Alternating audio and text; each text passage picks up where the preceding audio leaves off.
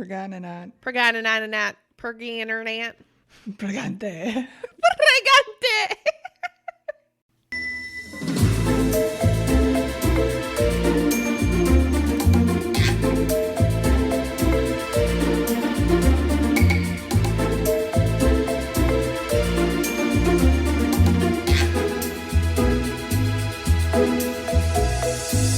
Hey, hey, hey. Hello. Is it me you're looking for? I can see it in your eyes. Hi. Hi. And that's our show. I missed you so bad. 5 seconds. Not even. How are you, my darling? I'm good. How about you? I am well. I really, truly have missed your face so fucking bad. I feel like it's been 800 years since I've seen you, and it makes me sad. Well, you see it every Tuesday, no matter what. I don't believe you. Lies and propaganda. Okay. Okay, I don't even have a reply to that. So, hi. So I'm right. Hello. Hi. How was your day today? It was okay. Moose's daycare is currently closed due to a COVID case, so Nick was home with him, and while he's been home with him, he built the swing set or play set that we got for Moose for his birthday, and oh my god, okay, first off, it is so much cooler than the one that I had when I was a kid, like level up times 10, and it's so cute, it's so cool, I'm jealous. It has a fucking telescope on it, like a wheel and a picnic table, and like all the shit. Nice. Yeah. And then we caught a bunch of fish after I was done with work. I can't wait to play in it. Pretty baller. We can have like a tea party in it or something. I can't wait for that shit. I'm really excited because we are tea party experts and Moose has not had the opportunity to have a tea party with us yet. So we're going to need to change that, definitely. How was your day? My day was really crazy. My day was insanely busy and I feel like I have been going since 6:37 this morning. It's been that day. I honestly I don't even think I really ate lunch today. I'm not saying I didn't eat today, but like, I think I had like 4 oranges throughout the course of the day. Yep, I feel those days. It was insane, but really productive and got a lot done, especially because last week I was trashed. It was insane. I was covering for someone else on the team and I got really behind. So today I really got caught up and I was really excited about it. And also I finished our notes for today, which I'm really excited about because I put a lot of really cool ideas into this episode. So just foreshadowing to that. I know we're not there. I really did get a lot done today. So there. Nice. Yes, ma'am. I just need to say that I'm super fucking sick of allergy season. Yes. Cheers to that. Also, I just need to say that yesterday I submitted my final project for my final class of my associate's degree. I'm officially done. You know, I was going to make a Twitter post about it, telling people to congratulate you, and then I completely fucking forgot like a moron. So I am sorry. So, dear listeners, if you follow us on Twitter, Celeste's handle is its_me_Celeste with there's 3 E's in there somewhere. I don't know where. No, you're doing so good. It's MEE_Celeste. You were so close, though. There you go. Please go congratulate her. She deserves it. It is a huge accomplishment, and I know she's going to crush this next step. Again, if you would like to reach out to me on Twitter, that is ITS_MEE_Celeste. CELESTE.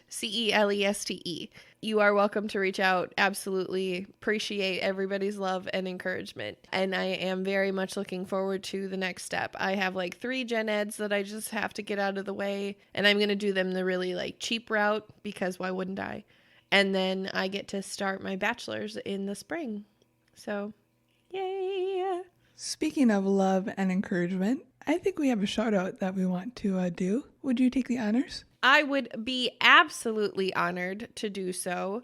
we would love to give a big, wonderful, beautiful, love-filled shout out to our girl Kayla. Kayla is a listener of ours, and we have the absolute pleasure of calling her our friend. She sent us the sweetest, most beautiful, most amazing little care package of good things, and oh my goodness, Allie, what was your favorite part of the care package from Kayla? The drawing of us, and I'm jealous of my drawing's hair.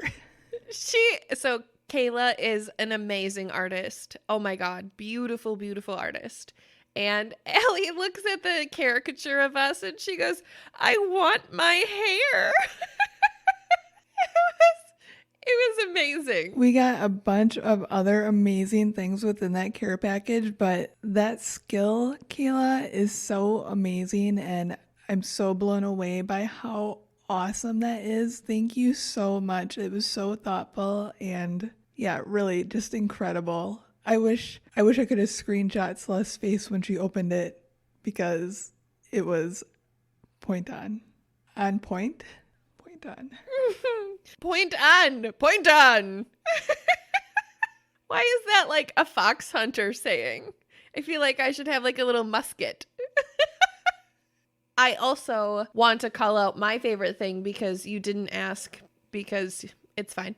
My favorite thing was the wine glasses. Kayla hand painted wine glasses for us with like little lilies on them, and they're stunning. Oh my God, they're so beautiful. And I made the like happiest little squeal when I opened the one with the pink flower on it, which I claimed right away. Don't you dare worry, because that one's mine. But it makes me so happy, and they're so beautiful. And oh my God, also our shirts that say fuck you fucking fuck.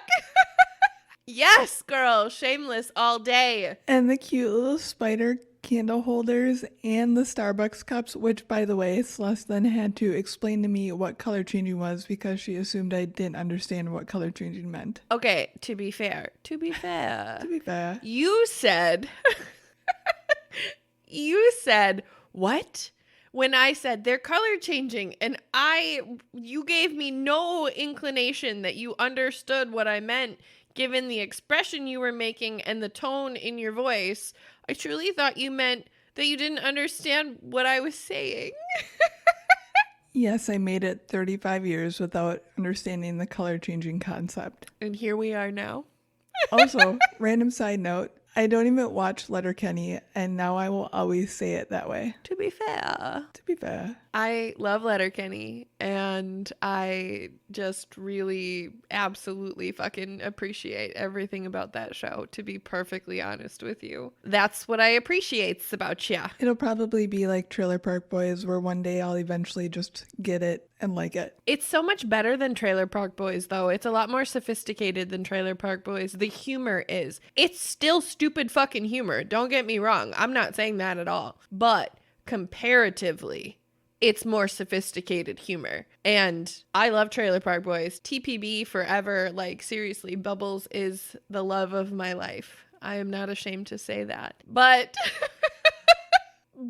Letterkenny is just something of its own creation, and it makes me incredibly happy. So those are two shows that I am familiar with a lot of drinking occurring in. On that note, would you like to tell me what you're drinking tonight? I would love to. I would be honored. I am drinking a beverage from the Fermentatorium. Here is the can. That's super cute. Yeah. It's called Juice Packets. It is a juicy IPA. Would you like to know why I chose this beer today? Yes. Because today we're continuing our conversation with pregnancy, and women who are pregnant can only have juice packets. Nice. Yeah, so there. It is described as a juicy India Pale Ale featuring Amarillo and Citra hops. This unfiltered IPA is packed with citrus-forward hops to make it juicy yet approachable. We then aggressively dry hopped it with more citrus hops to add an additional layer of fresh citrus and mild piney notes. Please drink this beer fresh to enjoy with the best possible flavors. Juicy.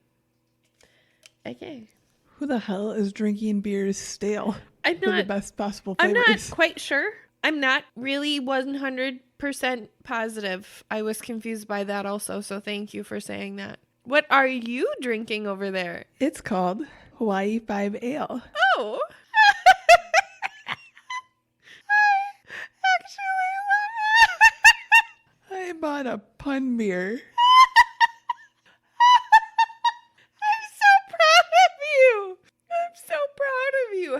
How is it? Does it taste good? It does. It's delicious, actually. So it's by, I think it's called Gestational Brewery. It's a blonde ale with pineapple, coconut, mango, peach, and guava. Fruity, juicy, and tropical. That sounds amazing. Ooh, I will just redo this. Our fruity and juicy blonde ale will quickly transport your palate with a taste of paradise. Tropical flavors of pineapple, coconut, mango, peach, and guava are balanced by smooth maltiness.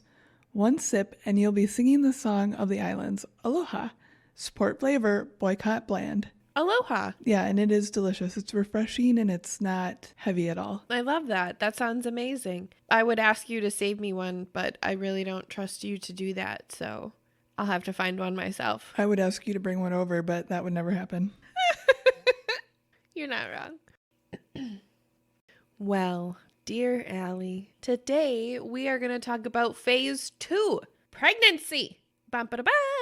You already did the ba-ba-da-ba. I can do more than one trumpet noise per episode. No, you're looking at me to do something, but you already did the ba-ba-da-ba. Oh. Woohoo! Why can't you bum-ba-da-ba? The bang, diggy dee. Wham bam boom. Okay. All right. We need to. It was like 3 different songs. We really did. And then all of a sudden my brain said Black Betty, Black Betty. I was singing Kid Rock. I have no idea what you were singing. There's so many things happening. I can't. I think I spent so much time researching pregnancy brain that I have like symptoms of pregnancy brain right now. I really feel that way. So please be gentle with me throughout this episode. So let's dive into it. Let's do that. Before we get into it, I would like to read the disclaimer for this episode and our Girls Just Want to Have Fun series as a whole as we continue moving forward with this series. This week's episode will have a content warning as we will be discussing topics related to pregnancy that may be triggering for some listeners. Allie and I want everyone to hear us say that we support everyone in their journey to have a family, in whatever that means to you, our listener. We empathize with mothers who have faced infinite scenarios simply because we are mothers, and we hope you empathize with our scenarios as we will be sharing them with you throughout this episode and this series as a whole. Being a mother is so many things. Incredible things, hard things, tragic, weird, lonely things. But above anything, being a mother can be a beautiful thing, and that's how we intend the following information to be perceived. Allie and I are in no way presenting any of this information in this episode as medical professionals. Above any advice we may give, please always do what is right for you and consult your doctor with any medical questions. So without further ado, the Taboos team proudly presents Phase 2, During Pregnancy. Ba-ba-da-ba. Excellent trumpets, baby. So, let us begin with the definition of pregnant. Shall we? The definition of pregnant is having a child or young developing in the uterus. So there's a fun fact definition also. It also means full of meaning, significance, or suggestive, like as in a pregnant pause to mean a very heavy pause. So I thought that was fun too. Mm-hmm. So the first section we're going to start with while we talk about this is, for anyone who doesn't know, pregnancy can be broken down into 3 trimesters. This information came from womenshealth.org. As I really put this together, I thought it was really important to talk about both what a mother experiences. Well, I also thought it was important to discuss what your baby's experiencing. I don't think that it's correlated enough, the two going together. I really think that it's put upon mothers to do this research themselves, which I'm not saying is a bad thing. I always encourage higher education for yourself, without question, especially on a topic like this. But I think from a societal perspective, there is either the mother side of pregnancy or the developing fetus side of pregnancy. And I very rarely think that the two are talked about synonymously, which is fucking stupid because guess what?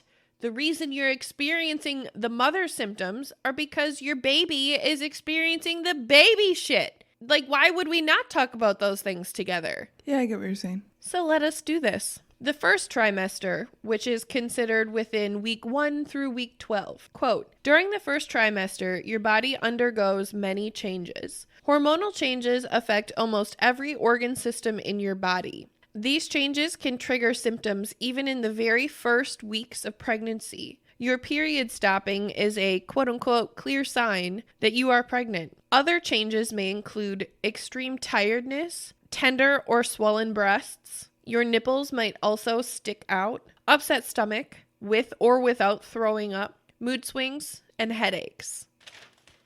Heartburn, cravings, or distaste for certain foods, constipation, need to pass urine more often, and weight gain or loss. Quote, as your body changes, you might need to make changes to your daily routine, such as going to bed earlier or eating frequent small meals. Fortunately, most of these discomforts go away as your pregnancy progresses, and some women might not feel any discomfort at all. If you have been pregnant before, you might feel differently this time around. Just as each woman is different, so is each pregnancy. I'm not sure of any women who have never experienced any discomfort at all. Have you ever heard of that being a thing? Mm-hmm. Really? Yeah. That's amazing. You have the women too who didn't know they were pregnant, who might have experienced discomfort but didn't think it was anything beyond like normal stomach issues that they would have otherwise. I guess they still experience discomfort in that manner, but meh. Interesting.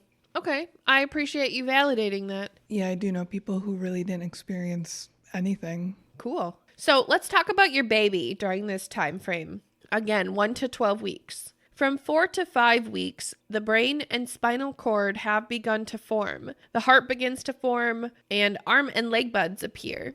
At 8 weeks, all major organs and external body structures have begun to form. Your baby's heart beats at a regular rhythm. Arms and legs grow longer, fingers and toes begin to form. Sex organs begin to form. The eyes have moved forward on the face and eyelids have begun to form. The umbilical, why is this a hard word for me? Umbilical. Umbilical? Umbilical?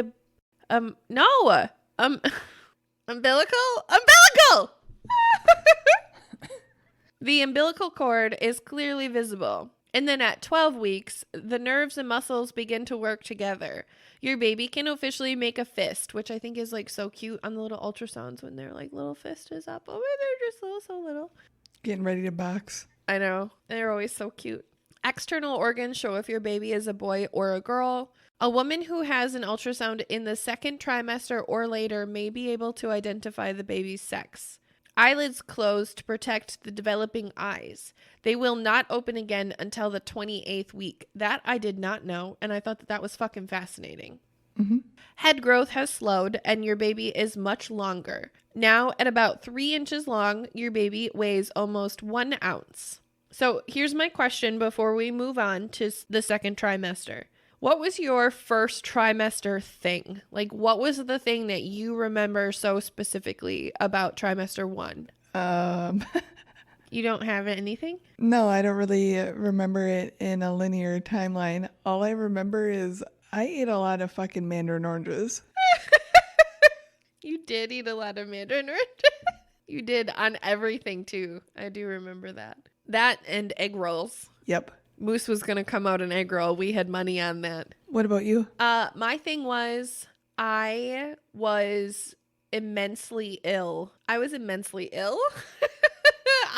so sick. I couldn't keep anything down in my first trimester. I lost 35 pounds in my pregnancy because I literally couldn't keep anything down. Jesus. And most of that weight was lost during my first trimester. Everything turned on me except peanut butter. Tiny just wanted nothing to do with anything that I had to eat. Toast, crackers, even the anti-nausea medicine from the doctor. Throw it right up. Yep. I was nauseous often, but I only ever threw up twice. So I got super lucky. Oh, that's so fortunate. I fucking hated those nausea mints though. Ugh. Yeah, all of it's gross. The meds are gross. The fucking prenatals are gross. Oh my God. The number of times that I threw up prenatals, I literally just stopped taking them because I couldn't keep them down anyway. And coming back up, prenatals are 10 times worse than they are going down. Just skip it. Just don't. You'll be fine. So yeah, that's literally all I remember. So that was fun. Thanks for recapping the first trimester with me. While we talk about trimester 2, if you can search, I'm going to ask the question again. So just like try and come up with maybe a different answer, okay? Okay. So the second trimester is from week 13 to 28. Quote, you might notice the symptoms of fatigue are going away, but, small side asterisks, no, the symptoms of fatigue never go away, just so you know. No. Nope. You're pregnant. You now have fatigue forever.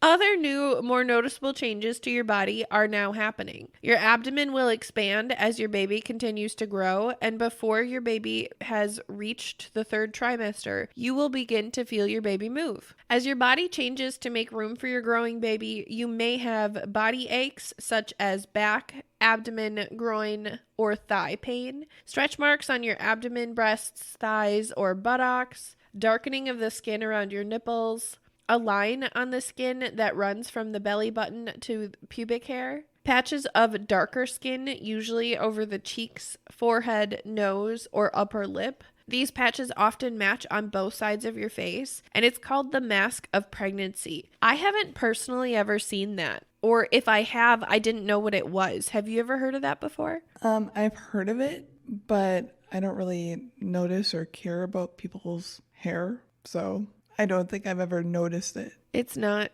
a hair thing, Allie. I thought it was the darkening. It's a skin thing. Oh, I thought it was their hair. A darkening of their hair?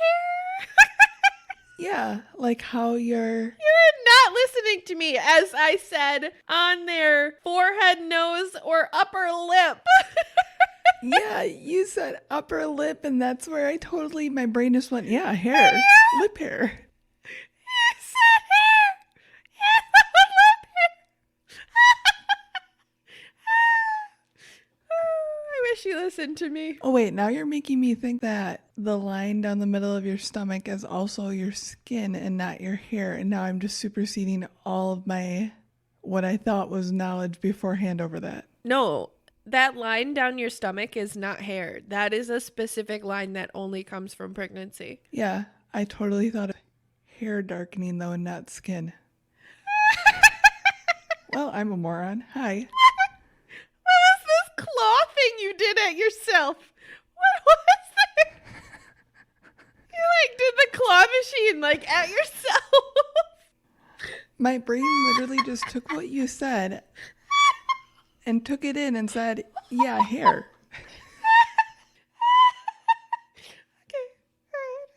Okay. Because it goes away, and for some reason it didn't connect to me that it was skin. So to answer your question, I have heard of it, clearly thought of it wrong, and if I've seen it, I haven't actually noticed it. That's such a great answer to my question.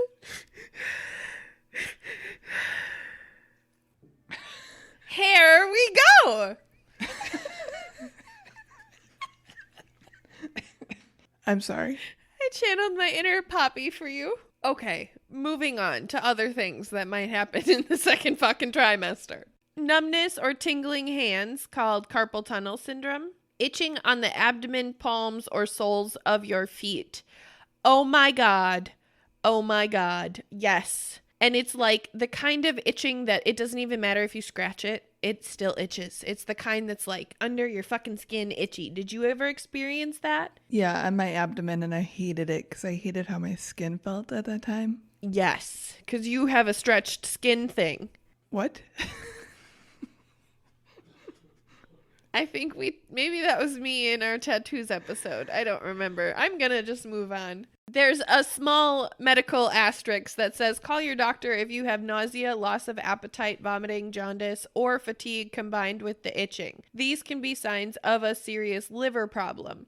Okay, although that advice is valid, I wrote my own asterisk that says, or they're signs that you're definitely still pregnant. Just so you know that too, okay? Like, don't freak out about it. Those are all very fucking normal pregnancy symptoms. If it's extensive and concerning, yes, talk to your doctor. But please don't think that those symptoms aren't normal. Swelling of the ankles, fingers, and face. If you notice any sudden or extreme swelling, or if you gain a lot of weight really quickly, call your doctor right away. This could be a sign of preeclampsia. So I just want to take a second really quick and say that preeclampsia is real and it's really scary. Don't risk it. Get it looked at if you have concerns. As far as what's happening with your baby in the second trimester, at 16 weeks, muscle tissue and bone continue to form, creating a more complete skeleton. Skin begins to form. You can nearly see through it. Fun fact, this is one of my favorite fun facts. This is a Celeste fun fact that I put in here specifically, so I don't have a quote on it, but I love this because I know this. Did you know that the face is the final part of a baby's body to form? And the face actually comes around your skull in two halves and meets in the middle, and that's what our Cupid's bow is. It's like a little face zipper. Little face zipper. Yeah, that I knew, and it's still super freaky. I love it. I think that's fucking fascinating. Ew. And face zipper. I will never not look at it that way, and it makes me so happy. I have the smallest face zipper ever. You do have a really small face zipper. And I have one, it's really deep right here. So my lip is extra fucking pouty and fat and full because it's it dips like a spoon. If I stood in the rain, I bet that my Cupid's bow would collect water. Moving on. Meconium develops in your baby's intestinal tract. This will be your baby's first bowel movement. And it's fucking gross, just so you know. Mm-hmm. Your baby starts making sucking motions with their mouth, aka their sucking reflex. This is how they'll eat later. Your baby reaches a length of 4 to 5 inches and weighs almost 3 ounces. At 20 weeks, your baby is a lot more active. You might feel slight fluttering. For anybody who hasn't felt it yet and who might not be familiar, it sort of feels like gas, honestly, floating through your intestines before a really legit fart, except there's no fart. That's what flutters feel like, right? Yeah, I'd say it felt like air bubbles. Yeah, that's how I can describe it. You definitely notice when it stops being so confusing, right? Was that my body or was that my baby? But in those first few weeks of just starting to feel the flutters, I remember specifically thinking shit, I'm really gassy and I don't know why, especially because I was only eating peanut butter. I didn't have anything in my body to make me gassy. And I remember asking my doctor because I was really concerned about it. And he was like, no, that's definitely your baby. And I was like, cool. Good talk. See, the weird thing for me is I don't feel that often in my body. So as soon as he started moving around, I knew it was him immediately. That's fair. My stomach is normally just chill. So as soon as he started moving, I was like, this is fucking weird. There's a living creature in there. Then he decided to just start kung fu fighting at 2 a.m. I do remember all the kung fu fighting. Your baby is covered in fine, downy hair called lanugo and a waxy coating called vernix. This protects the forming skin underneath. Eyebrows, lashes, fingernails, and toenails have formed. Your baby can even scratch itself. Public service announcement, baby snails are fucking deadly. Yep. So just watch out. They are vicious and sharp, and they grow back in 2.2 seconds. You can blink and suddenly your baby will have talons again. So just know that. Yep. They're also atrocious to cut. So atrocious to cut. And your baby will wiggle. Figure out how to do that shit while they're sleeping. I swear to God, it will be the best thing you ever do. Your baby can now hear and swallow. Now, halfway through your pregnancy, your baby is about 6 inches long and weighs about 9 ounces. At 24 weeks, bone marrow begins to make red blood cells. Taste buds begin to form. Footprints and fingerprints have formed, which I thought was really cool that at 24 weeks, like, you already have your physical identity. I think that was really, really cool. Mm-hmm. Real hair begins to grow on your baby's head. The lungs are formed, but they do not work. And for anybody who is ignorant enough to think that babies have gills, they don't. What? You've never heard that before? No. Nobody's ever said that to you? No. Oh my God. I think anybody who's stupid enough to say that to me knows to not say that to me. Okay, well, maybe you just don't speak to enough people in the general public, because I know so many people who are convinced that babies have like a fucking gill mechanism while they're in utero. Yeah. It's fine. I mean, I just confused hair and skin, so. I mean, you're not wrong. The hands and startle reflex begin to develop. Your baby sleeps and wakes regularly. If your baby is a male, his testicles will move from the abdomen into the scrotum. If your baby is a female, her uterus and ovaries are in place and a lifetime supply of eggs have formed in the ovaries. I wanted to just add like a small personal moment. So here is me stepping onto my soapbox. Regardless of the sex assigned to your baby at birth, no one can confirm the gender of your child other than your child themselves. Be ready for this and be the fucking parent. That's all we ask. More to come later this year. Stay tuned. Your baby stores fat and has gained a little bit of weight. Now at about 12 inches long, your baby weighs 1.5 pounds. Now, here's me asking you about your second trimester. I remember, I'm pretty sure the ultrasound happened in the second trimester. I mean, the big thing for me in the second trimester was him beginning to move and me feeling it. So, like, that was the big call out there for me. But the other big thing was the ultrasound experience, because it was just so different than anything I've ever experienced before, and I won't ever forget it. I love that. Okay, so I've always wanted to know this. Did you and Nick know, or was it secret from you guys too? No, you did know, didn't you? Yeah, we kept it secret from ourselves for like 3 days or something, if that even. 3 days? Yeah. And the ultrasound tech was so much fun. She was like, "So what do you think you're having?" And I told her, I thought at the time it was a boy. And she's like, "Why do you think that?" And I told her, "I don't know, I just do." She's like, "Okay." She's like, "What do you think you guys are having?" to Nick. He's like, "I'm just going to say a girl just because." That's so Nick. She's like, "Okay." And that was that. And then they put the pictures in the envelope. Well, one of you is right. Yeah, 50-50 chance. And I'm pretty sure we were going to try to wait longer. And then, yeah, okay. That didn't happen. I told myself something similar. I was convinced that Tiny was going to be a boy. I really was. I was like dead set. And then one day just something completely changed. And I woke up and I was like, no, this is a girl. We're having a girl. And I got my ultrasound and I did the same thing where I was like, I don't want to know. I want to wait. And then I remember my mom looked at me and she was like, okay, but how are we going to decorate the nursery then? And I was like, fuck it, I need to know. I need to know how to decorate. I need to know what I want the nursery to look like. So then I needed to know the theme, and that was like part of her gender. And I love the theme that we went with, and it actually ended up being like sort of part of her and her little identity. So that makes me happy, and I'm glad that we found out. I just wanted to know. I think I did too, but I'm really obvious about my reasons of why I wanted to know. My kid would have gotten the same nursery no matter what, so. That's true. I do know that to be true. I wouldn't though. Tiny had elephants because obviously like elephants are my favorite animal. But also had she been a he, I had the cutest little dinosaur set picked out. Like I had the cutest dinosaur nursery ready to fucking rock. It was going to be amazing. Her nursery was just as amazing, but I needed to know. Like I had plans. Okay. And in my life at the time, I didn't have a whole lot of things. So my nursery and my plans for my nursery was like the highlight of my existence at the time. So I'm not even ashamed.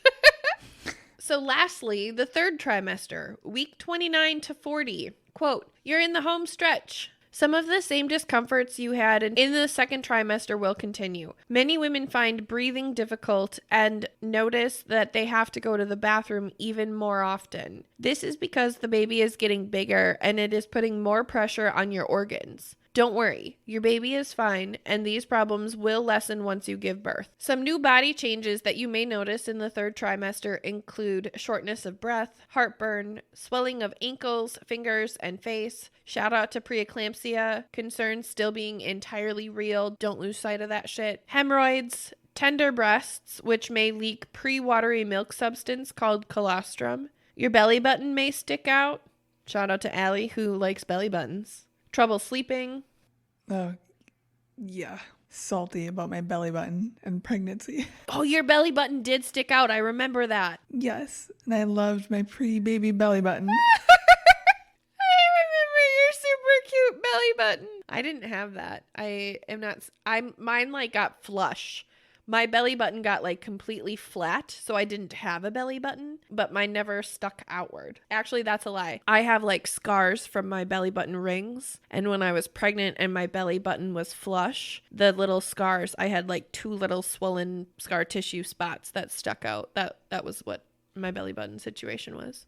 Contractions, which can be a sign of real or false labor. Even if you feel a difference, they all fucking hurt and they all fucking make you think you're going into labor. Even when you're broken and contractions don't cause pain, they will still make you think that you're having a baby right then and there. I am one of those women. I don't feel contractions. There's something wrong in my spine. I don't have that. But I knew when I was having contractions because I could feel the muscles moving. And I definitely thought I was having a baby every single time that fucking happened. As you near your due date, your cervix becomes thinner and softer, called effacing. This is a normal, natural process that helps the birth canal and vagina to open during the birthing process. Your doctor will check your progress with a vaginal exam as you near your due date. The final countdown has begun. It's the final countdown. Thank you for going there with me. Not a problem. Your third trimester baby, week 29 to week 40. At 32 weeks, bones are fully formed, but still soft. Kicks and jabs are forceful. The eyes can open and close, and they are starting to begin senses changes in light, so they can like sense light. Lungs are not fully formed, but practice quote-unquote breathing movements occur, which I thought was really cool. I didn't realize that babies started to practice doing that in the womb. Yeah, neither did I. Perhaps why some people think they have gills? I don't fucking know. Idiots. Your baby's body begins to store vital minerals such as iron and calcium. Linago begins to fall off. Your baby is gaining weight quickly. About 1/2 pound a week. Now your baby is about 15 to 17 inches long and weighs about 4 to 4.5 pounds. At 36 week, the protective waxy coating called vernix gets thicker. Shout out to our Behind the Bar episode where one of my first thoughts in seeing Tiny after they placed her in my arms was the cottage cheese that was on her face. That's vernix. Give her back. Give her back. Just, it's not a good time. Just let them clean her and then give her to you. Okay. Just don't kiss her with that shit. It's just don't. Just let them clean her and then give her to you. Okay. No, I'm just kidding. Hold your baby. But for real, it is gross. Body fat increases. Your baby is getting bigger and bigger and has less space to move around. Movements are less forceful, but you will still feel stretches and wiggles. Your baby is about 16 to 19 inches long and weighs 6 to 6.5 pounds. The last section is 37 to 40 weeks, and it started with a marker at 39 weeks, so I wasn't really sure why they labeled it that way, but here we go. At 39 weeks, your baby is considered full term. Your baby's organs are ready to function on their own. As you near your due date, your baby may turn into a head-down position for birth. Most babies, quote-unquote, present head down. If they do not, it's called breech. At birth, your baby may weigh somewhere between 6 pounds 2 ounces to 9 pounds 2 ounces and may be 19 to 21 inches long. Most full-term babies fall within these ranges, but healthy babies come in many sizes. So I wanted to just take a second and play a little game. You want to play a game? Do you want to play a game? I would love to play a game. I'm also shocked that you didn't say it. Oh, never mind. You don't really watch super scary movies. I was thinking of the guy from Saw. Do you want to play a game? Or no, he says, I want to play a game. Never mind. Please continue. His name's Jigsaw, and I don't want to say it like that. And also we're talking about babies, so no. Yeah. Let's not go there. Let's play a game. Okay. So the game is baby weights, baby dimensions. I don't know what to call the game yet, but let's talk about some baby weights and dimensions. How big were you when you were born?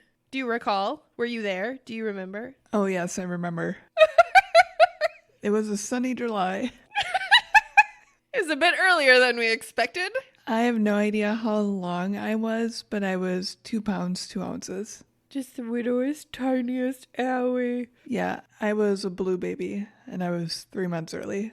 Hello, world. And now she's the most magnificent, stunning, 5'10", amazing, wonderful, beautiful thing you've ever seen. You're welcome. The part of me that didn't get a chance to develop was the part that counters the sarcasm. Clearly. Had I cooked longer, maybe I'd be normal. The world will never know. We won't. And that's why I think you're perfect, just as you are. May I ask, do you know the dimensions of Moose and Nick? Because, that's part of the game I want to play. Can we put you and Nick together and see how you averaged out a baby? That math? I don't know Nick's exact weight and length, unfortunately. I know he was a big baby, though. Wasn't he like an 11-pound baby, roughly? Yeah, somewhere around there, 10, 11. And how big was Mr. Moose? Moose was 9 pounds, 11 ounces, and he was 22 inches. And that's why we call him Moose. That and a few other reasons. He was always going to be Moose, but I mean, it doesn't hurt that he is just a big boy. He's been 100% the whole time he's been on this earth. Real. How about you? How much did you weigh and length when you were born? I don't recall my length, but I was 9 pounds, 10 ounces. I was a fat, happy baby for sure. And for anybody who has ever seen my mother is like a pixie-sized human being. So I was quite literally a bowling ball leaving that woman, and I almost killed her, which isn't funny, but also I was so fat. Sorry, Mom. Love you. Appreciate you. And Tiny, actually, when she was born, was not that tiny.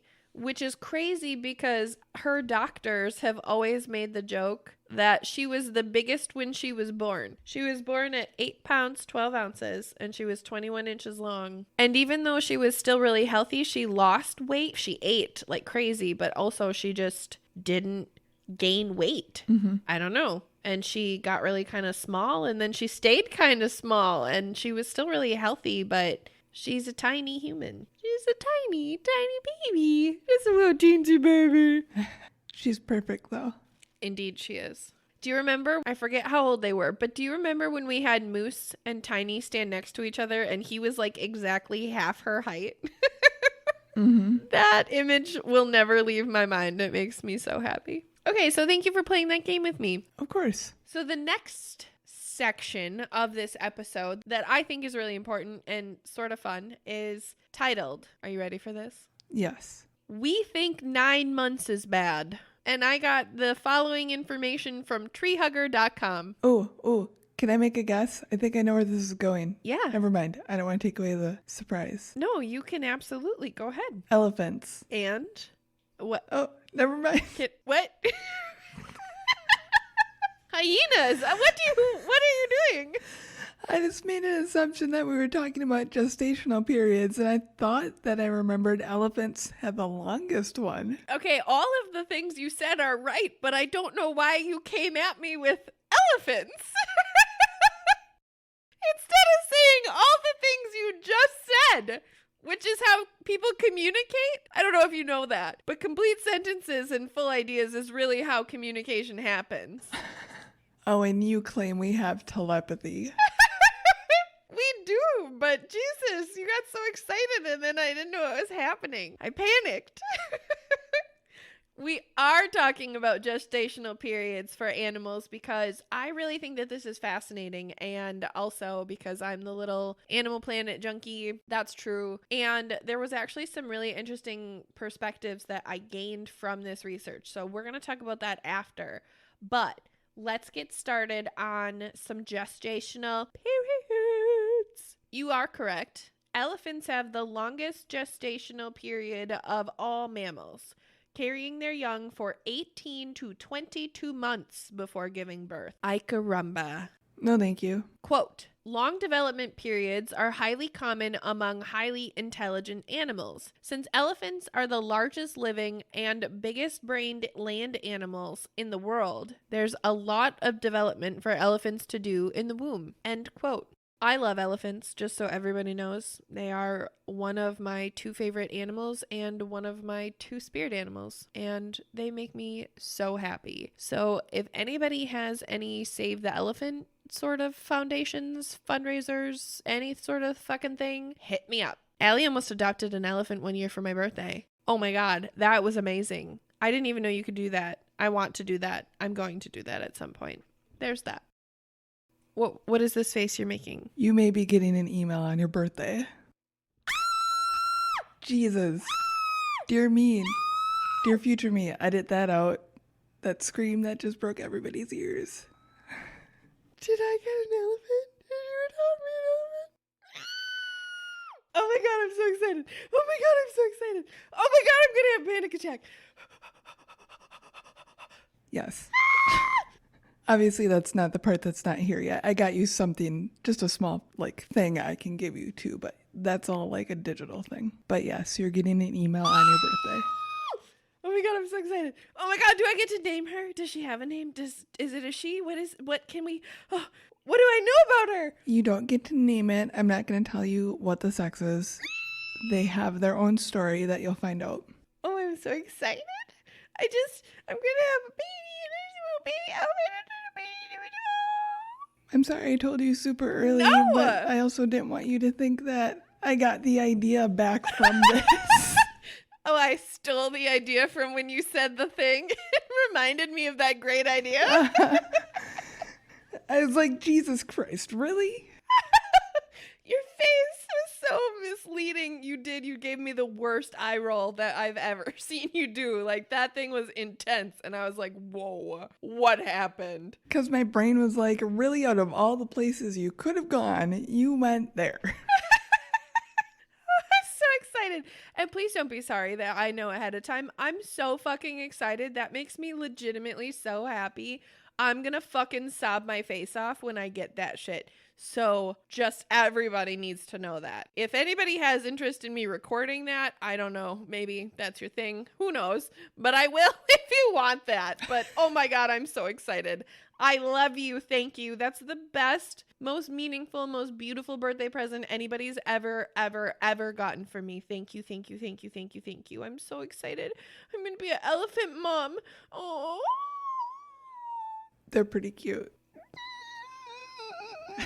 Okay, so now, anyways, please tell me more. Let's talk about other types of babies right now. So whales and dolphins. Quote, although all species have different gestation periods, orcas have the longest period among dolphins at about 17 months. Some sperm whales, the largest living predators, have been known to carry their young for 19 months. Shout out to the sperm whale that haunts my nightmares. Moving on. Black Alpine salamanders. Oh my God, these guys are so cute. I never want to touch one, but they're cute.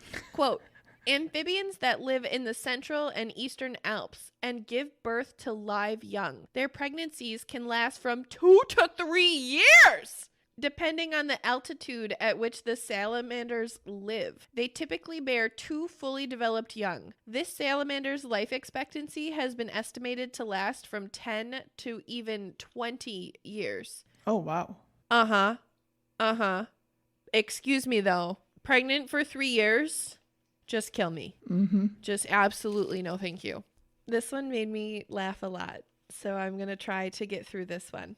Did you know that a female donkey is called a Jenny? Mm-hmm. I didn't know that. That's what made you laugh. Okay. So talk.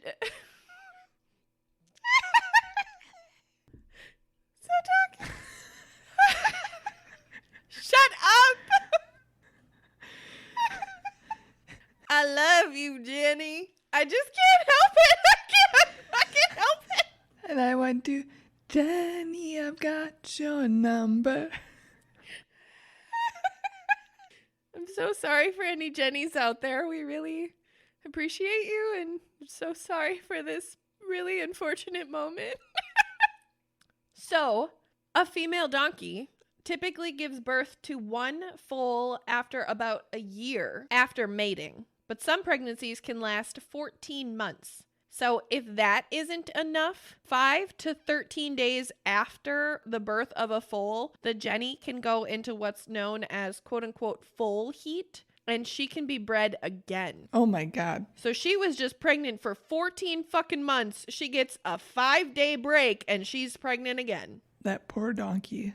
Sorry, Jennies. Next up is a rhinoceros. Quote, it may not come as a surprise that rhinos, because of their size, are next on the list with a gestation period of about 15 to 18 months, depending on the species. This long gestation period is also an obstacle to replenishing the population. All 5 species of rhinoceros are endangered or considered valuable, and 3 of the 5 are considered critically endangered.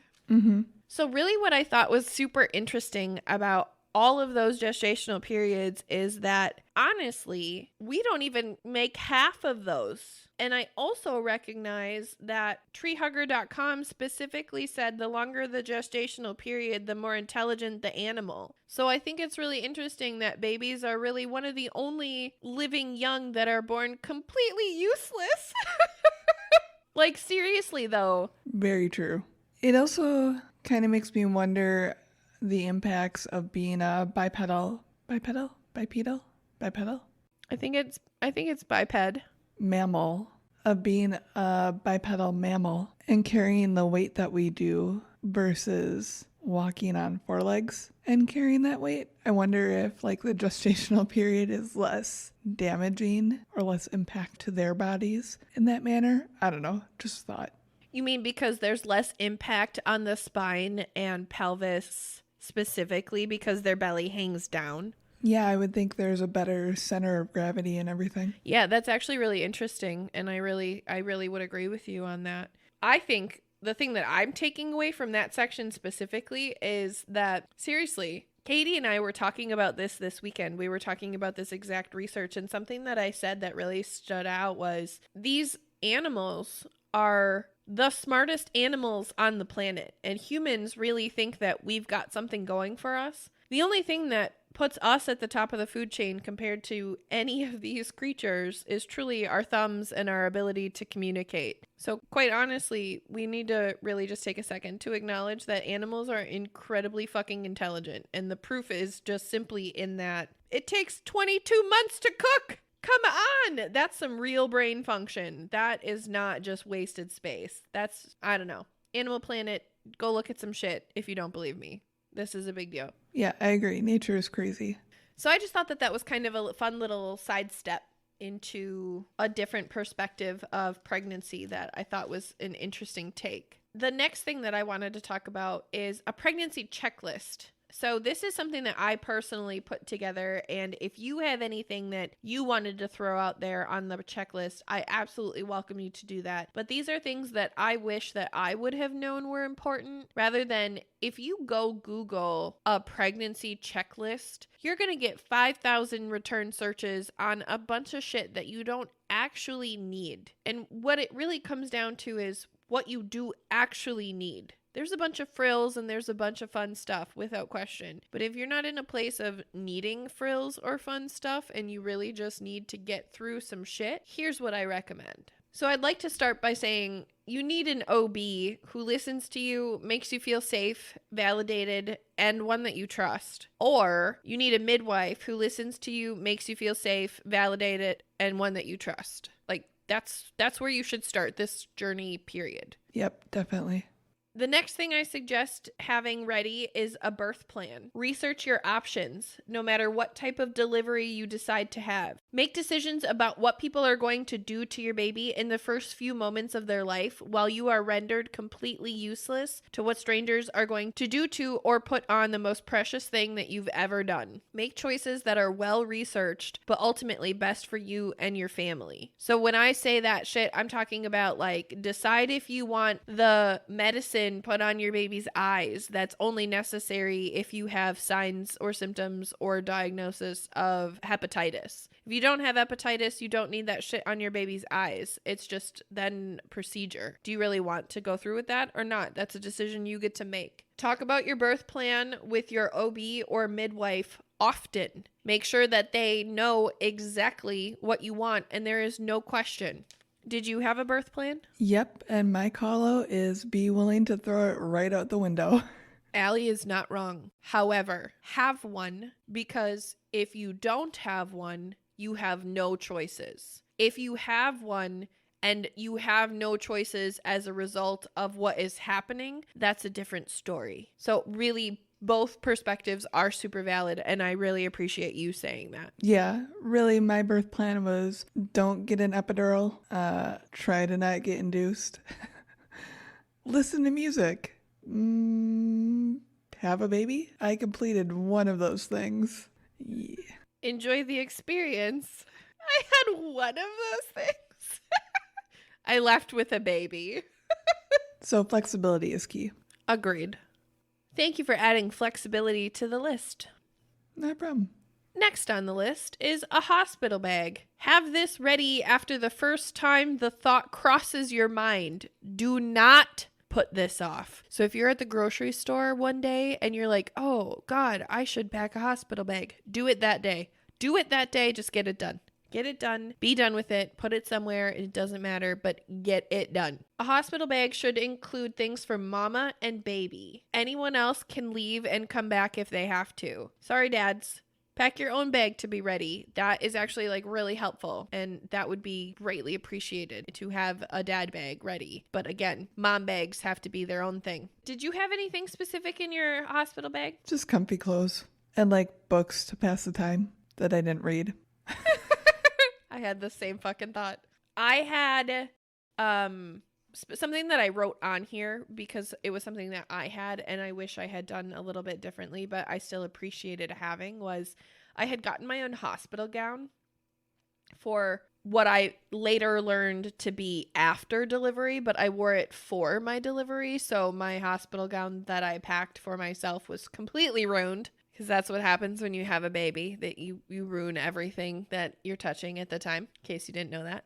Really, though, I do recommend bringing and having your own hospital gown, even if it's just for the sake of having something that feels human. The hospital gowns are itchy and shitty and not great. And also, like, you will feel so inhumane after this experience. You'll just want things that remind you, like, you are a human. Like, I can't explain it because it's not a bad feeling. It's not like an emptiness. It's just a complete physical exhaustion. Mm-hmm. And then it just sometimes feels good to have on your own shit. I just want to say that out loud. That's definitely a good call out. I am not somebody that cared about it due to like the situation that was my experience. However, Nick had to leave and go get me socks, and I really appreciated having non-hospital socks. Girl, real. Honestly, just pack non-hospital clothes. Like, and I'm not saying that hospital clothes are bad. They're not.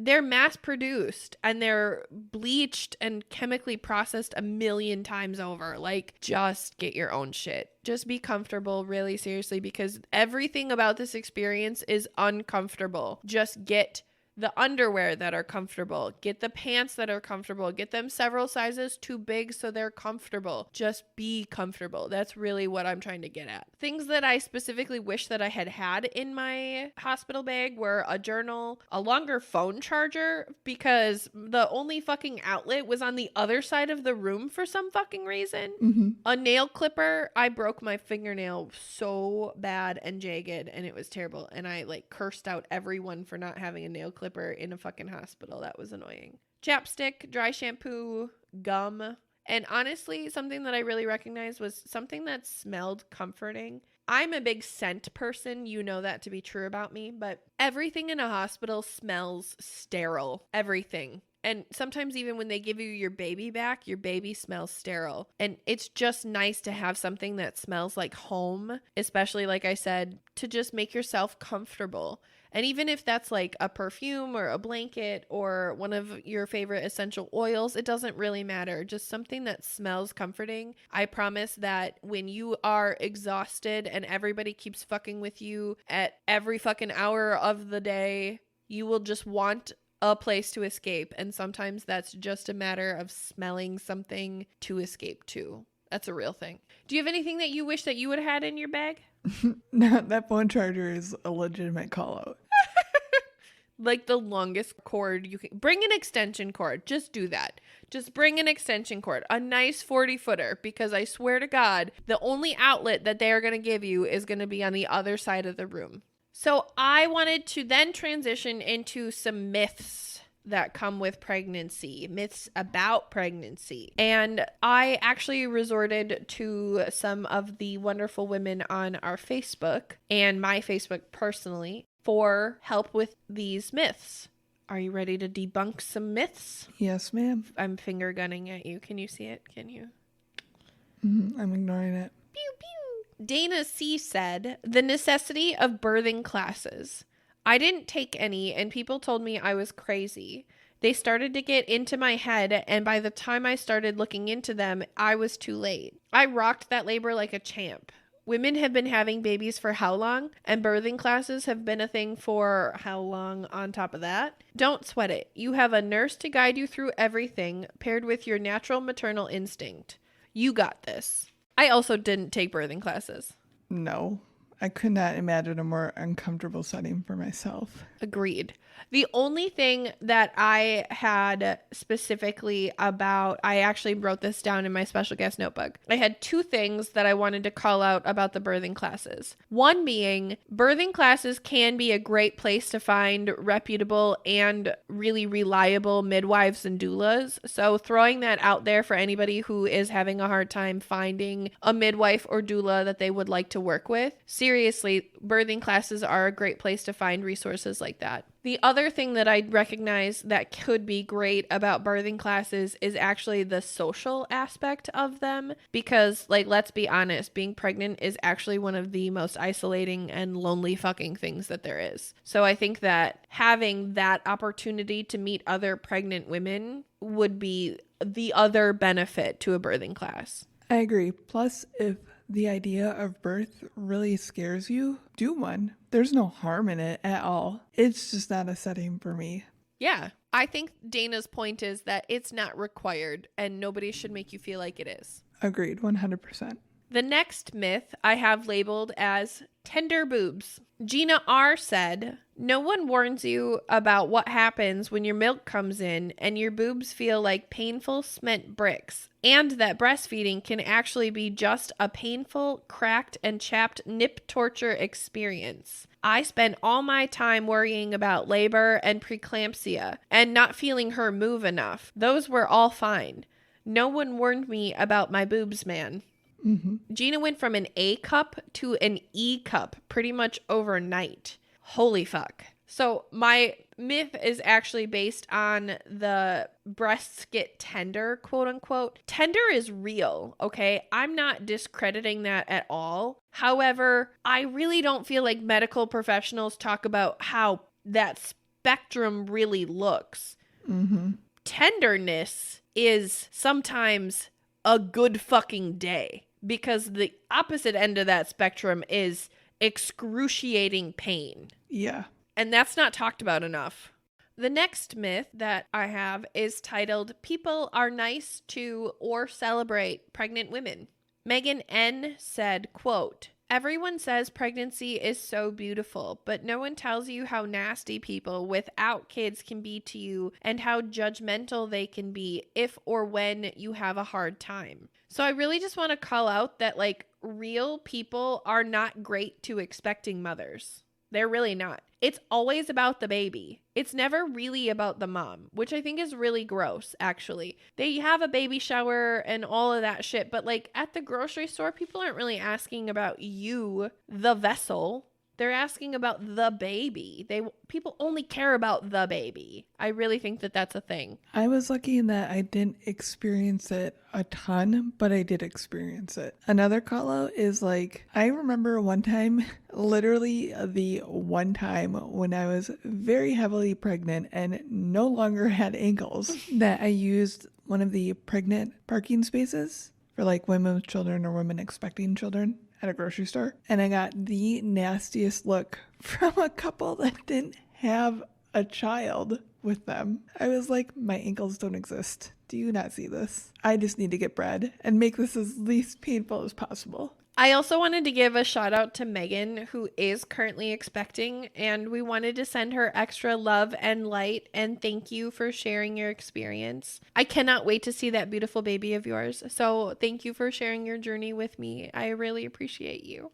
The next myth is based around the quote, I don't know how you do it. Shout out to our badass warrior bitch episode, because I honestly said something really similar in that episode. Leah T said, quote, being a first-time mom or a mom at all is a wild ride. It's even worse when some married people pretend they have a perfect marriage and they pass judgment while in that special tone, I just don't know how you do it. That was a sarcasm, just in case anybody wasn't sure. That was sarcasm. The next myth is pregnancy is beautiful and you should feel lucky. This one specifically got me really worked up. Lizzie P said, everyone tells you how beautiful pregnancy and or you are and that you should be happy that you're pregnant, or you get shamed for talking about how hard your pregnancy or pregnancies are because others aren't as fortunate and can't have children. But your feelings are valid. No one's pregnancy is the same, and only you know what and how you're feeling. Your OB knows what's best for you and your baby. They have the medical training, but always trust your gut. If something doesn't feel right, advocate for yourself. And then my girl Ashley responded with, I second this. I was shut down by someone who was a family member struggling with infertility for complaining about my pain and insomnia because, quote unquote, I should be so lucky. I really wanted to just take a second and talk about that. What are your thoughts about this? I can see where both parties are coming from. Pregnancy is in no way, shape, or form beautiful. It is beautiful, but it fucking sucks also. And like nobody tells you and is willing to discuss that it fucking sucks also. And I can appreciate that there are those out there struggling with infertility, and that hearing people struggle through pregnancy triggers responses due to the hurt in their journey. But one person's infertility journey doesn't invalidate another person's pregnancy journey. And I think that's something that we need to separate. And it's very important to do so because that's true with anything in life. One person's experience doesn't invalidate another person's experience, period. I really appreciate everything you said, and you said it better than I could have, because I immediately jumped to the defense of how fucking rude and how fucking inappropriate. And yes, I understand that it's coming from a place of pain and hurt, but I really just recognize that you said it a lot better and a lot more delicately than I would have. So I'm going to just leave it at that and say just bravo. Sometimes I say things. Sometimes you say things. The next myth is you'll get your body back. Okay, when? Exactly. Sonder S. said, quote, peeing. Even now that my bladder is strong enough that I've never piddled by accident sneezing or coughing or laughing. But while I was pregnant, I was terrified of bladder leakage. Shout out though, because that shit's real. And if you pee while you sneeze, cough, or laugh, that's super fucking normal, and welcome to the gang. We have secret handshakes. And really great beverages. You can sit with us. The next myth is size matters. Hannah H. said, quote, that you'll get huge. I literally had someone argue with me about my due date because I was smaller than her, end quote. That was absolutely asinine to me. But equally as asinine as this next comment, because this is just on the other end of that spectrum of, again, size matters. Ashley A. said, quote, I felt this pressure not to gain weight because a close friend of mine said multiple times how she had gained 60 pounds with each pregnancy and that I just have to come to terms with it. My family members also significantly gained weight during pregnancy. I was definitely judged for staying active and, quote, not eating for two. What I really recognize about both Ashley and Hannah's perspectives in this is, honestly, the size of your bump is nobody's fucking concern. As long as you and your doctor have come to terms with the fact that you're healthy and on the right track, nobody's opinion about your size matters. We're literally judged if we're too big or too small during pregnancy. It's insane. We're judged if we're too big or too small at any point. Why would pregnancy be any different? I just don't understand what the right size is. No, I agree with you. And I really hope that in people hearing us say it that way and ask that question, other people recognize how fucking stupid that sounds. Because I'm going to wait because Ashley has another quote later, which we'll directly come back to in this point. The next myth is about ADHD. This came from Kel also. Shout out to Kel. I have to do it in the way that she told me to say the words. So everybody, here we go. This is me being Cal. I was told if I fly on a plane while being pregnant, that's how kids get the ADHD. End quote. That was amazing. Kelly, be proud of me. I love you. The next myth is about stretch marks. So this is my girl Ashley again. Saying, quote, don't spend tons on stretch mark prevention creams. They aren't proven and you can't fight the genetics or growth of your baby. Coconut oil can help keep your skin moisturized, but no amount of money can prevent them. Embrace your stripes.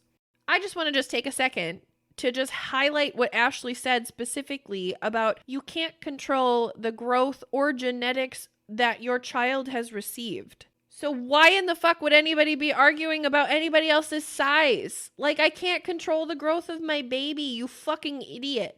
Okay, there was that. I mean, you can. That's why they test for gestational diabetes and such. But, I mean, there are limiting factors, essentially. I'm sorry. Is the size of my belly your business? Yes or no? No. Okay, that's my point. Okay. But you just said you can't control the size of your baby. I meant as in my baby belly. Okay. Thank you for clarifying. You're welcome. Moving on to the other half of this stretch marks comment that says, on the other hand, Celeste says, I'm Celeste. Hello, it's me. I'm here. Quote, I am quoting myself because I'm an asshole. It's fine. Embrace your stripes actually hurts my feelings as it relates to my body specifically. Not because I don't love what they represent, but I don't love them on my body. I will not ever fucking lie about that. I hate them so much to the point of shame. And sometimes that's okay too. That's normal. And you're entitled to those feelings also. Own your stripes or don't. But either way, your feelings are valid. Do you have any thoughts about stretch marks to share? No, because I like mine. You are entitled to like yours. I love that you like yours. I just feel bad that you don't like yours. I don't. They hurt my feelings. They really do. I hate them on my body. Again, I love what they represent. I love that my body was able to create a human being, and I wouldn't honestly get rid of them. Like, I wouldn't get rid of them because that would take away the significance of them, but I do hate them. They do hurt my feelings. They make me so insecure and self-conscious. I think the thing for me is my body is already full of stretch marks from growing so fast and a C-section scar. So it's just another part of the roadmap that is my body, really. I think that's a really beautiful way to look at it, though. And I wish that I had that. I wish I had that contentment with it, to be honest with you. The next myth is pregnancy brain is not real. This is false. This is false. This is false. Pregnancy brain is real. It is a thing, and it can be really funny, without question, but it can also be really not funny. And if scary shit is happening, you need to talk to your doctor. If you perpetually put the milk in the cereal cabinet and your keys in the silverware drawer, you're fine. Don't worry. I've asked. But if you do other scary shit, definitely talk to somebody about it. I actually looked at studies on pregnancy brain when I was in the middle of it because I was curious as to what causes it. And from my understanding, there's like no definitive understanding of it. But my God, is it insane. It's real. I forgot the fucking word for box. Did Cinco de Mayo happen when you were pregnant? Shut up. I really was just curious. Hi, Lauren. I didn't even wish you a happy Cinco de Mayo this year. I'm really sorry about that. Hi, Lair Bear. The next myth is that you can't have a baby without marrying the father and or quote unquote black file babies and or putting the father on the birth certificate. There's a lot to this that we're honestly not going to get into this, but hear me say, if you are not married to the father of your child and you do not want to marry the father of your child, you are not required to marry the father of your child. You do not have to do that. That is not obligation. Nobody is going to force you to do that by law. So anything other than the law, you do not have to do that. There is nothing wrong with you or your child if that does not happen. That's really, really important for me to say. Yeah, definitely. Please don't ever feel obligated to the father of your child just because they're the father. My small disclaimer, however, is that of an abuse of power in that situation, because I do know people who have abused the power of not putting their child's father on their birth certificate. And this is me saying, do not abuse that power. The only reason that your child's father should not be on their birth certificate is truly if they are not in their life. But if your child has a father and they are present, they do belong on the birth certificate. If they are not present and they are not contributing and they are not in the picture, don't do it. That's totally fine. Judgment free. You don't need to. But if they are actively in the child's life, they belong on the birth certificate. Just be a good fucking human. That's all we're asking. Oh, yeah, definitely. I meant you as a person have no obligation. No, I completely agree. I completely agree with you. But it's important to be said for both directions, to be honest. Yeah, definitely. The next myth that I have is titled, "If you didn't put it in there, don't touch." And this is around the fact of, this is my personal additive, why does everybody think that they have a right to touch my fucking belly? One of my biggest pet peeves while pregnant. Leave me alone. Get the fuck away from me. Don't touch me. Don't touch me. Except, can we just acknowledge the number of times that Moose and I would have conversations without you? And I would whisper to your belly. And it wasn't creepy to anybody. I did not give a single fuck. I still don't. I wanted him to know my voice. And guess what? When he came out, he did. He did know my voice. So mission accomplished.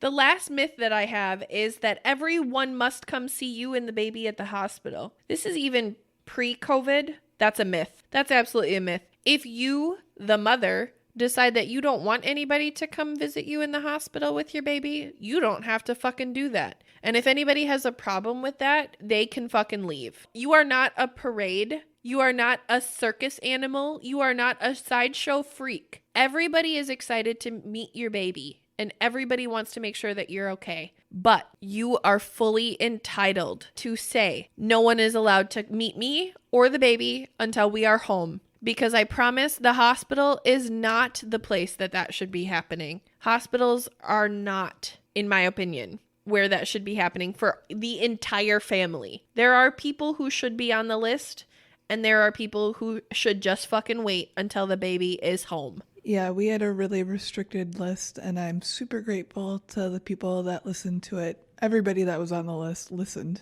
to our request for it, so I'm incredibly grateful to them for doing so. I love that that was your experience.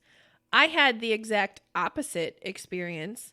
In fact, my child's father invited everyone to my hospital room without my knowledge or consent. And while I had just delivered my daughter about 2 hours before, and the nurses were still taking care of my body, his grandparents walked in and took my baby from my arms. So really, hear me say, if you don't want people in your hospital room and they don't listen, you have every right to tell security you want people out of your fucking hospital room. I'm really saying those words. But I'm glad that everybody respected your wishes.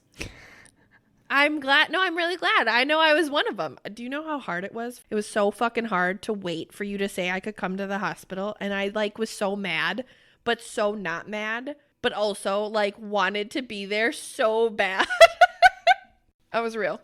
So, we have covered the whole spectrum of pregnancy. Are you ready to talk about how the baby gets here? Yep. Let's talk about labor.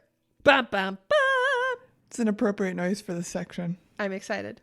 This article was called Stages of Labor and Birth. Baby, it's time by Mayo Clinic at mayoclinic.org. Quote, labor is a natural process. Here's what to expect during the 3 stages of labor and birth and what you can do to promote comfort. Stage 1, which is 1 in French, just so you know. Early labor and active labor. Quote, the first stage of labor and birth occurs when you begin to feel regular contractions, which cause the cervix to open, aka dilate, soften, shorten, and thin, which is also effacement. This allows the baby to move into the birth canal. The first stage is the longest of the 3 stages.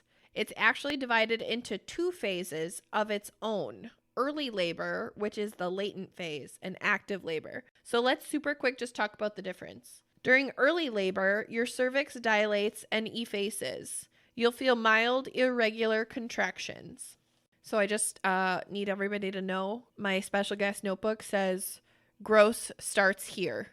Gross disclaimer for any squeamish friends. Moving on. Quote, as your labor progresses and your cervix begins to open, you might notice a clear pink or slightly bloody discharge from your vagina.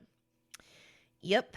This is likely the mucus plug that blocks the cervical opening during pregnancy. And it's really fucking disgusting. I just need everybody to know that.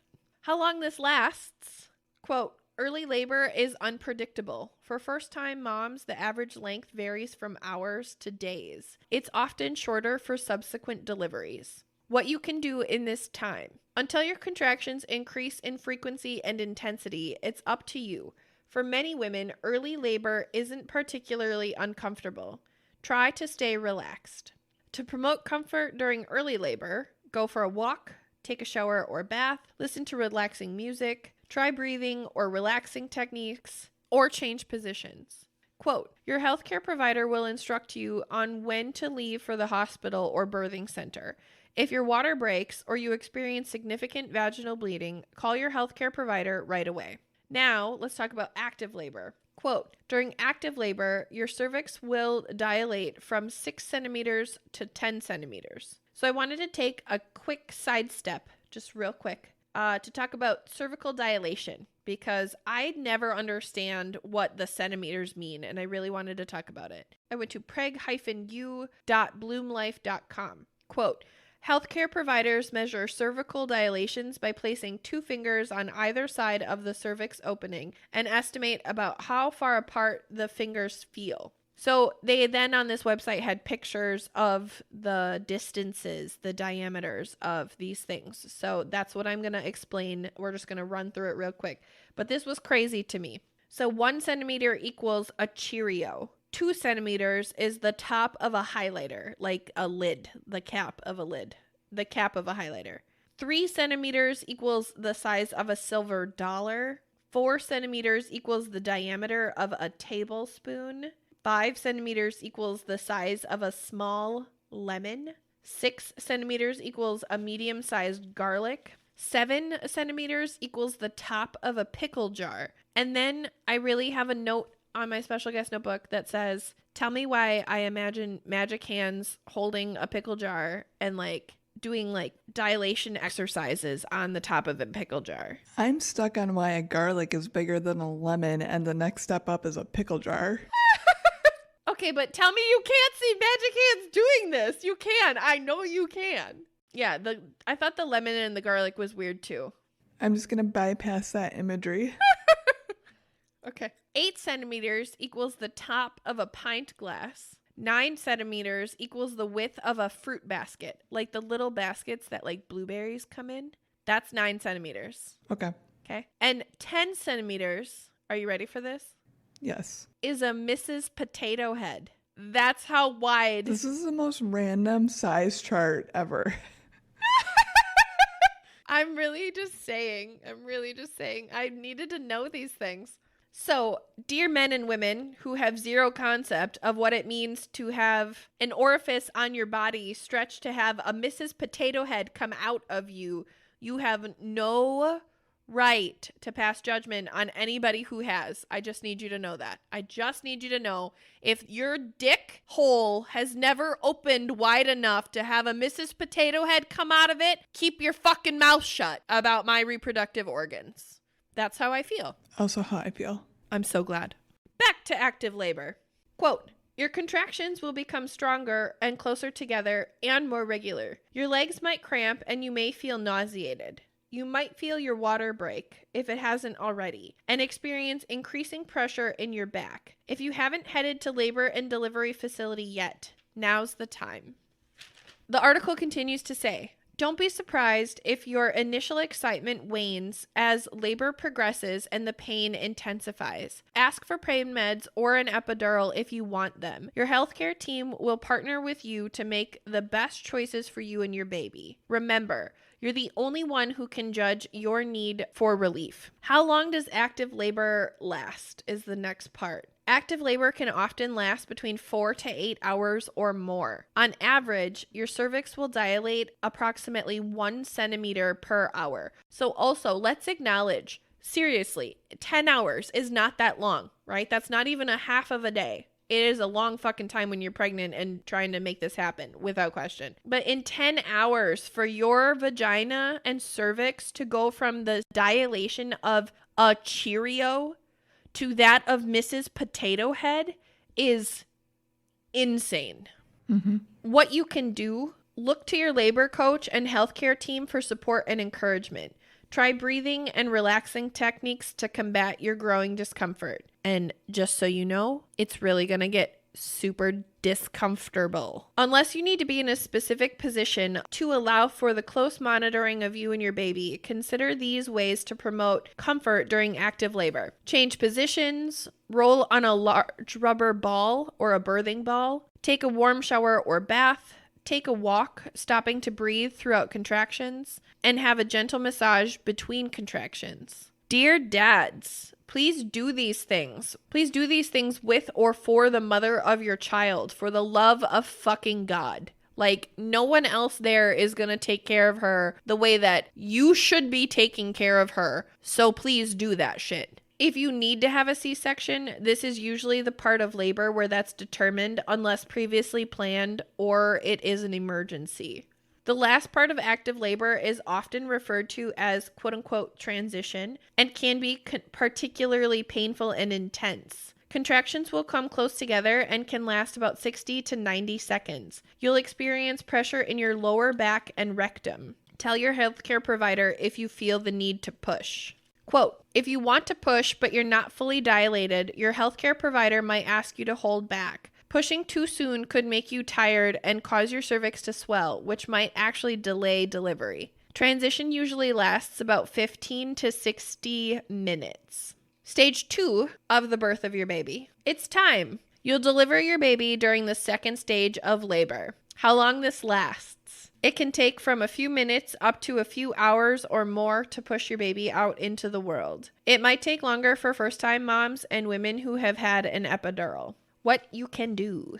Do you know what you can do? What, to speed it up? Yeah. I could dance if I want to. Do, do, do, do, do, do. The answer is push. Oh. Push. Your healthcare provider will ask you to bear down during each contraction or tell you when to push. Or you might be asked to push when you feel the need. Quote, when you push, don't hold tension in your face. Bear down and concentrate on pushing where it counts. If possible, experiment with different positions until you find one that feels best. You can push while squatting, sitting, kneeling, or even on your hands and knees. At some point, you may be asked to push more gently or not at all, which is incredibly fucking painful in a different way. Were you asked at any point to not push? Had a C-section. Okay. I was asked at one point to not push, and my nurse specifically said to me, do not push or you're having a baby without a doctor. And that was fucking terrifying. Quote, slowing down gives your vaginal tissue some time to stretch rather than tear. Tearing is terrible, just in case anybody's curious. To stay motivated, you might ask to feel the baby's head between your legs or to see it in a mirror. Or shout out to those moms who then use this time to grab their toy from a hospital bag. LOL. I didn't know that. Is that a thing? You didn't know that was a thing? Mm. Oh, yeah, that's a thing. Moms do that actually. Like, that's a very, very normal thing for a woman to masturbate during labor, yeah. Oh, I thought you meant during pushing. Yeah, that's what I'm talking about. That's a lot of multitasking happening. I'm dead serious. That's a very real thing. Women do that. Yes. It's something about the release of, like, all of it. All the things. I don't know. I'm not going to get into it right now. That's not our taboo topic. Quote, after your baby's head is delivered, the rest of your baby's body will follow shortly. His or her airway will be cleared if necessary. Your healthcare provider or labor coach will then cut the umbilical cord. Stage 3 is delivering the placenta. Quote, after your baby is born, you'll likely feel a great sense of relief. You might hold the baby in your arms or abdomen. Cherish the moment, but know a lot still is happening. During the 3rd stage of labor, you will deliver the placenta. It's amazing. I promise. It actually is more relieving than delivering your baby in like a physical sense. I'm sorry that you don't have that experience, but like really seriously, delivering my placenta was my favorite part of labor. It was like, you know, when you have to take a really big shit and it hurts your stomach so bad. And when you finally get to like your stomach just feels better and you feel like you lost 1,000 pounds. That's what it feels like delivering a placenta. I'm dead serious. What a beautiful synopsis. I mean, the baby's out and the beautiful part's over. Let's just acknowledge that Magic Hands rolled in a fucking trash can and that's what I saw happening. I'm just saying, there's nothing beautiful about this part of labor. How long it lasts. The placenta is typically delivered in 5 to 30 minutes, but the process can last about an hour. What you can do. Relax. By now, your focus has likely shifted to your baby. You might be oblivious to what's going on around you. If you'd like, try breastfeeding your baby. So I have like a small asterisk that says, this happened. All of it happened so fast. For me specifically, I had no idea that there were actually 2 deliveries and that they could be so far apart. I knew that there was delivering your baby, but in my experience, Tiny left my body and my placenta was coming very shortly thereafter. Like to the point that Magic Hands legitimately told me that my body was physically made to make babies. He said that shit to me as he's like catching my placenta. And I was like, this is so weird. Why are we talking about this right now? I love you. He's a good man. Agreed. Quote, you'll continue to have mild contractions. They'll be closer together and less painful. You will be asked to push one more time to deliver the placenta. Your healthcare provider will examine the placenta to make sure that it is intact. Any remaining fragments must be removed from the uterus to prevent bleeding and infection. Also, if you want to see it, you totally can, but 0 out of 10 recommend. That's just me.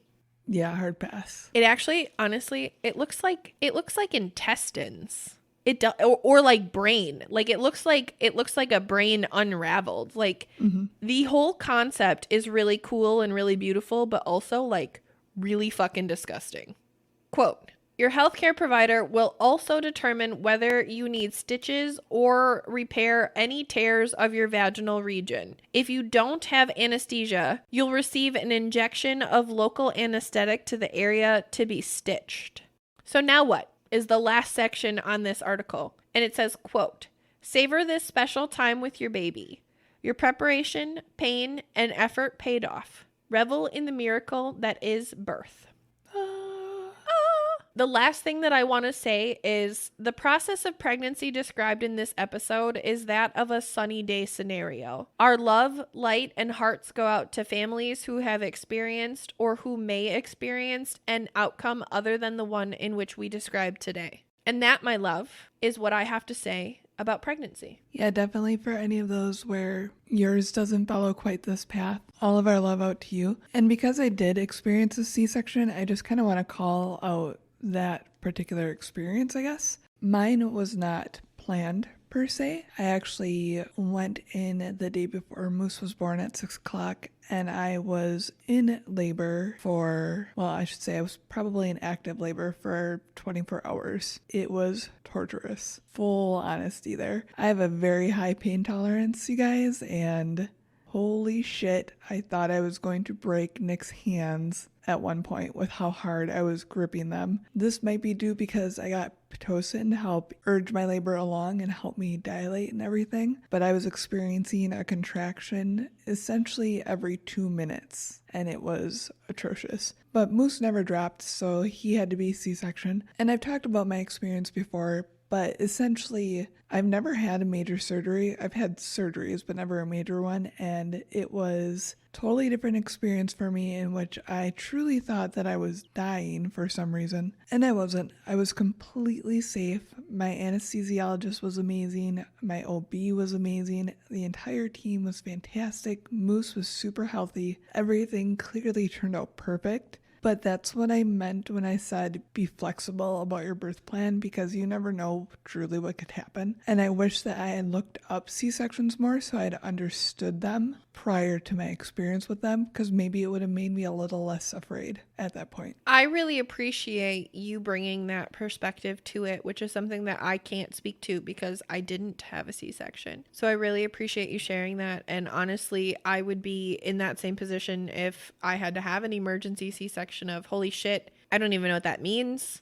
I don't even know what that entails. Oh, that I just know that that means that you cut me open. Like, how fucking scary, right? Like, that would be really intense if you weren't prepared for it, especially after having the incredibly traumatic experience of 24-hour labor that you had. I really appreciate your pregnancy and labor story so much. And I don't know if I tell you that enough, but I really do, because I really recognize that in true Allie and Celeste fashion, just like everything fucking else that we do, we had completely polar opposite experiences. And you are someone that I really look to as a reminder of how difficult and painful labor and giving birth can be, because honestly, not in a bragging way, but I just didn't have that. That is such a foreign concept to me. Honestly, Tiny might as well have fucking walked out of my body. She came out like nothing. I was in labor for a while. I was in the hospital for a while, but that's just because I went into the hospital really early. There were some reasons for that, but most of them were just for my safety and her safety more than anything. But when it came time to active labor, she was in and out in 30 minutes. So I just don't know what that's like. And I forget sometimes how scary and intense and painful it can really be. So thank you for sharing your perspective on it. I mean, to be fair, pregnancy itself was a cakewalk for me, and I know a lot of people don't have that experience. So in that regard, I got off easy, aside from the fact that my ankles really were super painful by the end of it. And like really scary. You looked like a balloon. You were so beautiful, but pregnant beautiful. But yes, your ankles were like completely gone. Yeah, like all the weight went to Moose and my ankles. I have no idea.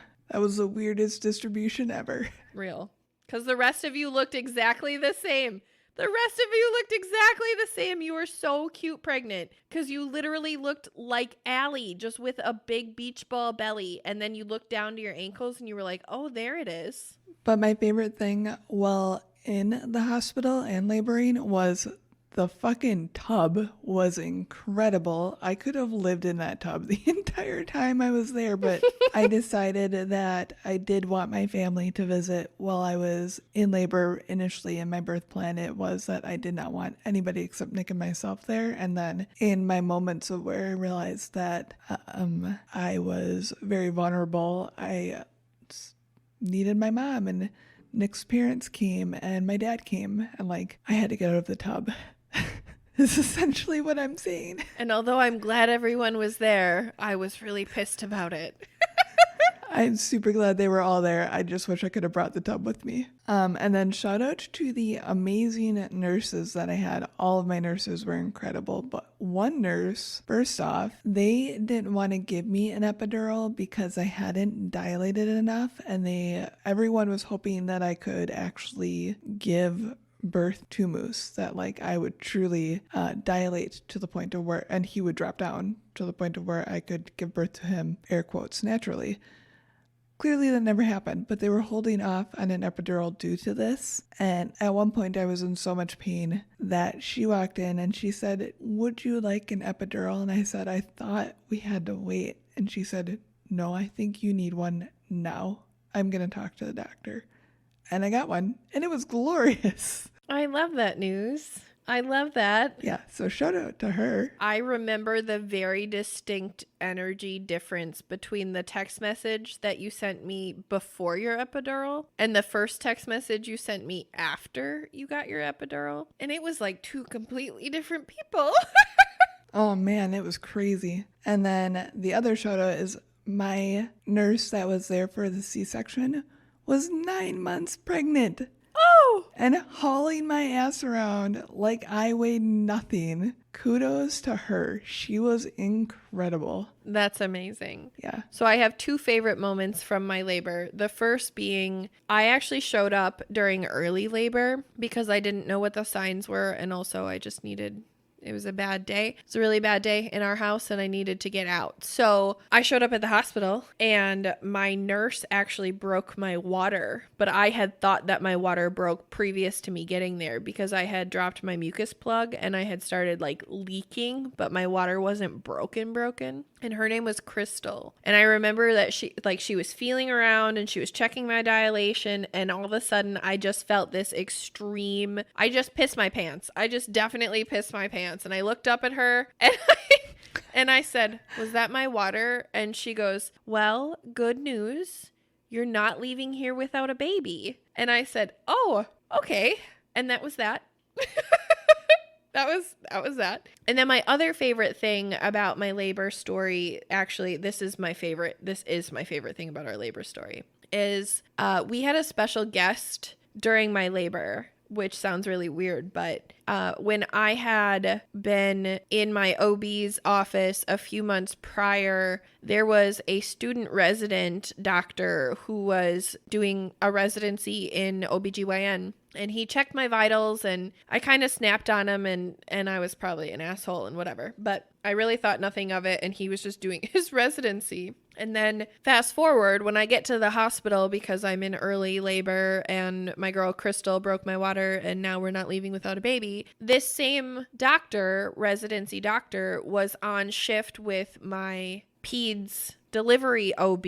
And he had started working with that doctor, the night before. Well, I delivered Tiny in the morning the following day. And this doctor, his name is Dr. Matt, he actually asked Magic Hands if he could stay and deliver Tiny because he had seen me and known me from his original first encounter of his residency with OB specifically. And Tiny is the first and only baby that Dr. Matt ever delivered outside of his own children. He ended up moving on to be an orthopedic doctor, so he does not do the baby things, but he delivered her as part of his residency. And I just think that is such a cool thing and such a cool story. And every year on her birthday, I send him a little email just giving him a shout out and an update on where our girl is.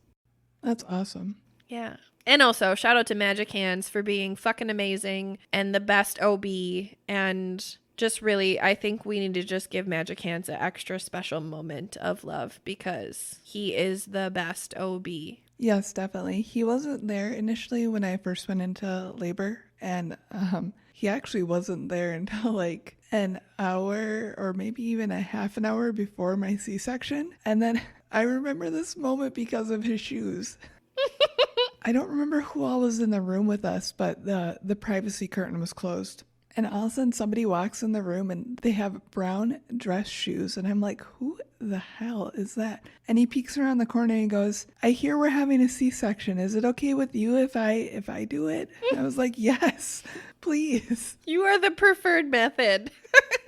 Yeah, so he's fantastic. My favorite Magic Hands moment is that I woke up the following day, right? Like, okay, so I had Tiny in the morning. She was born at 9:57 a.m. I didn't know this, but the day you have your baby is day 0. The following day is day 1. Nobody explained that to me, and I didn't know that. So I woke up at like 3 o'clock in the morning on day 1 to Magic Hands being like eye level with me as I am asleep in my hospital bed for the few seconds of sleep that I was allowed to have, because nobody tells you also when you have a baby, they never let you sleep. Everyone must fuck with you every 10 seconds, just so you know. Mm-hmm.